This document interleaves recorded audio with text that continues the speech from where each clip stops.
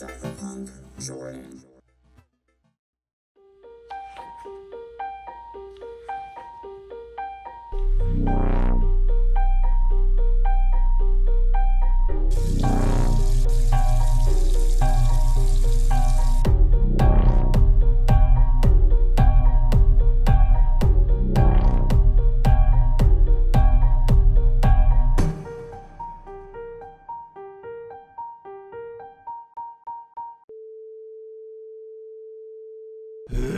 I am terribly sorry for the technical issues stalling this broadcast of FAZCA.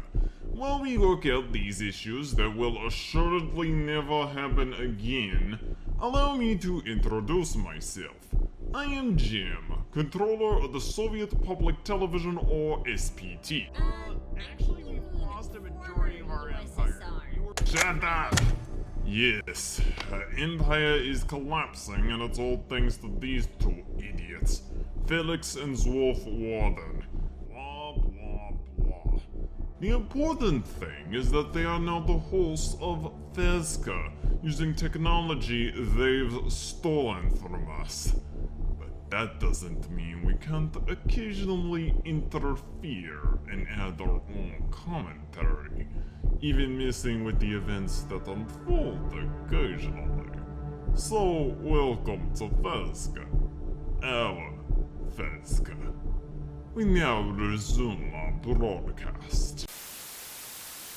Hello, my name is Feliks, and that's Zwolf. Welcome to the inaugural episode of FAZCA, a series where we show alternate realities, different areas of time, and real fictional universes. With the recent discovery of this technology, there's a lot of fears and misconceptions about it. Our task is to dispel some of these fears and misconceptions while also educating you at the same time. Exactly. While we love to show the more insane aspects about the technology, we want to start off with something simple for our first episode. One alternate reality that features one thing that is different. Zwolf, I'm letting you decide where we're taking us today. Because the last time I did it, we ended up in an alternate reality where the entire United States was Florida.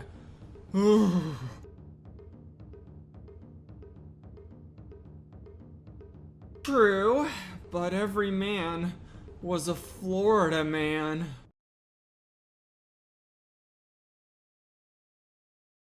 The SEGA Dreamcast was such a unique console that was ahead of its time with online connectivity and fantastic titles like Sonic Adventure, but failed due to a variety of factors. SEGA would leave the console business and move towards software, where they've continued to have mixed success since then. But what if the SEGA Dreamcast was successful? What would that lead to?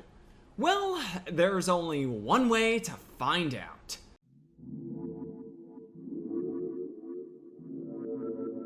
Right, the Workhorse is a retired London bus we've modified to our time machine, complete with cloaking abilities and transforming abilities. It allows us to travel to alternate realities, different areas of time, and real fictional universes. It is a dashboard here letting us know important information about where and when we are.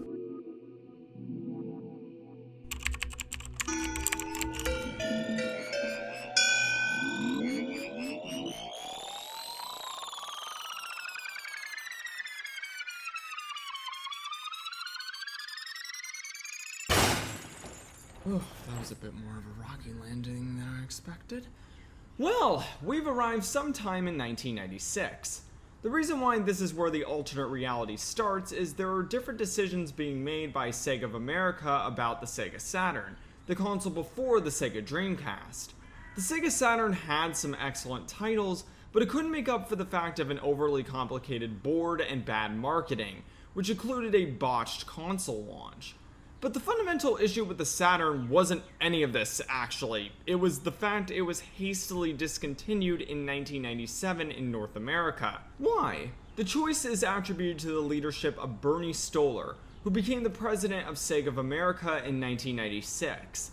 In 1997, he stated the Sega Saturn was, quote, not our future, unquote, and support of the console winded down soon after. Now, to be fair, he wasn't wrong in saying or doing this, as the Sega Saturn was a hot mess, and moving on to better hardware seemed like a wise choice.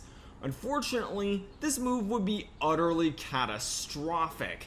It burnt customers and developers alike who would later influence the fate of the Sega Dreamcast. Furthermore, it wasn't like the Sega Saturn didn't have titles that could be successful. The issue was they were all in Japan, and Bernie Stolar was an opponent of bringing over those titles, feeling either they wouldn't be appealing or represent the Sega Saturn.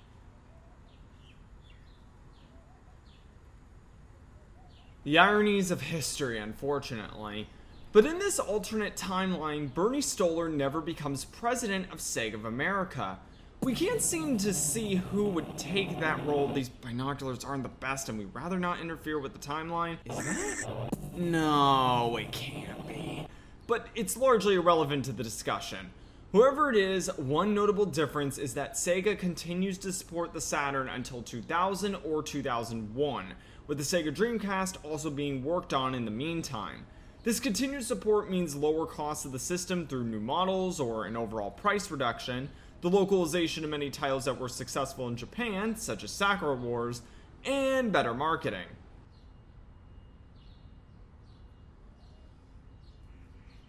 True, but I would counter that many of the same mistakes were made with the PlayStation 3 in another timeline.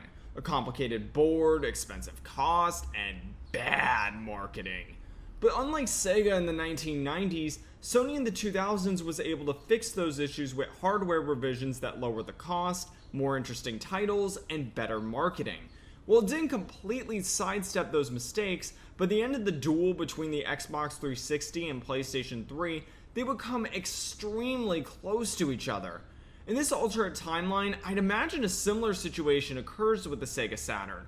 It's not able to save itself completely from the label of a misfire, but it sells around the same number of units as, say, the Nintendo 64 does, 32.93 million units or something like that. Nobody's beating the PlayStation. That is at least one constant in these timelines.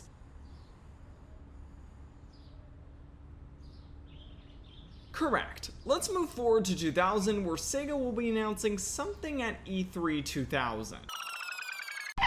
Ah, the Los Angeles Convention Center, home to E3 before it becomes completely irrelevant. We'll turn the invisible mode on the time machine as we want to break into private property without causing a stir. That was probably the biggest non sequitur. Zwolf, make sure we know where we parked the car. The Sega Dreamcast in this timeline is announced at E3 2000 and launches in Japan in 2000, and North America and Europe gets it in 2001. It retains the design and overall look of the console we have in this timeline, along with the overall hardware. However, there is one crucial difference that comes from the extra time in research and development: DVDs. The PlayStation 2 was able to win the console war more or less by its ability to use DVDs, which allowed for its hype as an all-in-one entertainment console. Plans were announced for a DVD add-on for the Sega Dreamcast, but by then it was too late, and it never materialized. However, in this reality, Sega was able to realize the need to embrace this emerging format, and thus the discs for the Sega Dreamcast are DVDs instead of the GD-ROM format. Yes, and while not going to judge my wife's tastes in television, that would be a bit weird after a heated match in NBA 2K. Kinda. Fine, love you. Anyway, it means the PlayStation 2 and Sega Dreamcast lack a hardware advantage over the other, and the focus is on the titles for those systems. Speaking of titles, developer support is different in this timeline, as third-party developer support for the Sega Dreamcast is healthier and more vibrant, and complements titles coming out of Sega, such as Sonic Adventure and Jet Set Radio. It's not likely that certain third-party developers such as Square Enix and EA would be on board with the console, but the Sega Dreamcast nevertheless sees more success in terms of customers and developers due to a less catastrophic version of the Sega Saturn. Sega would resultingly see increased console sales, investors would be satisfied with the turnaround, no exit from the console business in 2001, no merger with Sammy. Sega continues to be a console manufacturer well into the 2010s with new consoles and exclusive titles.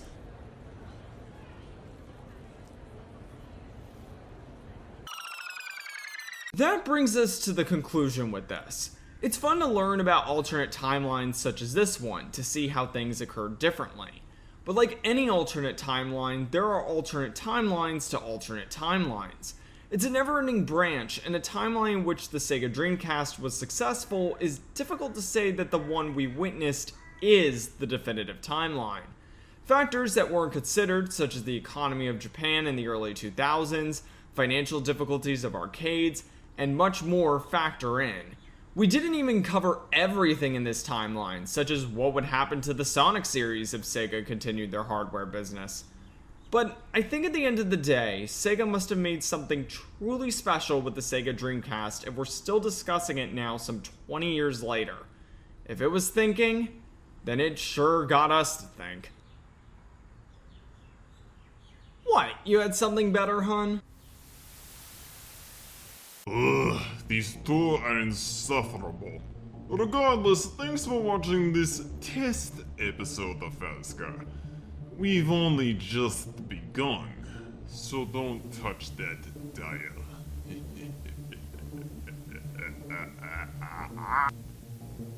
Thanks for watching this broadcast of FAZCA. Be sure to subscribe to this channel and ring the bell to make sure you know when we broadcast once more. Also, follow our various social media and support us on Ko-Fi. You don't have a choice.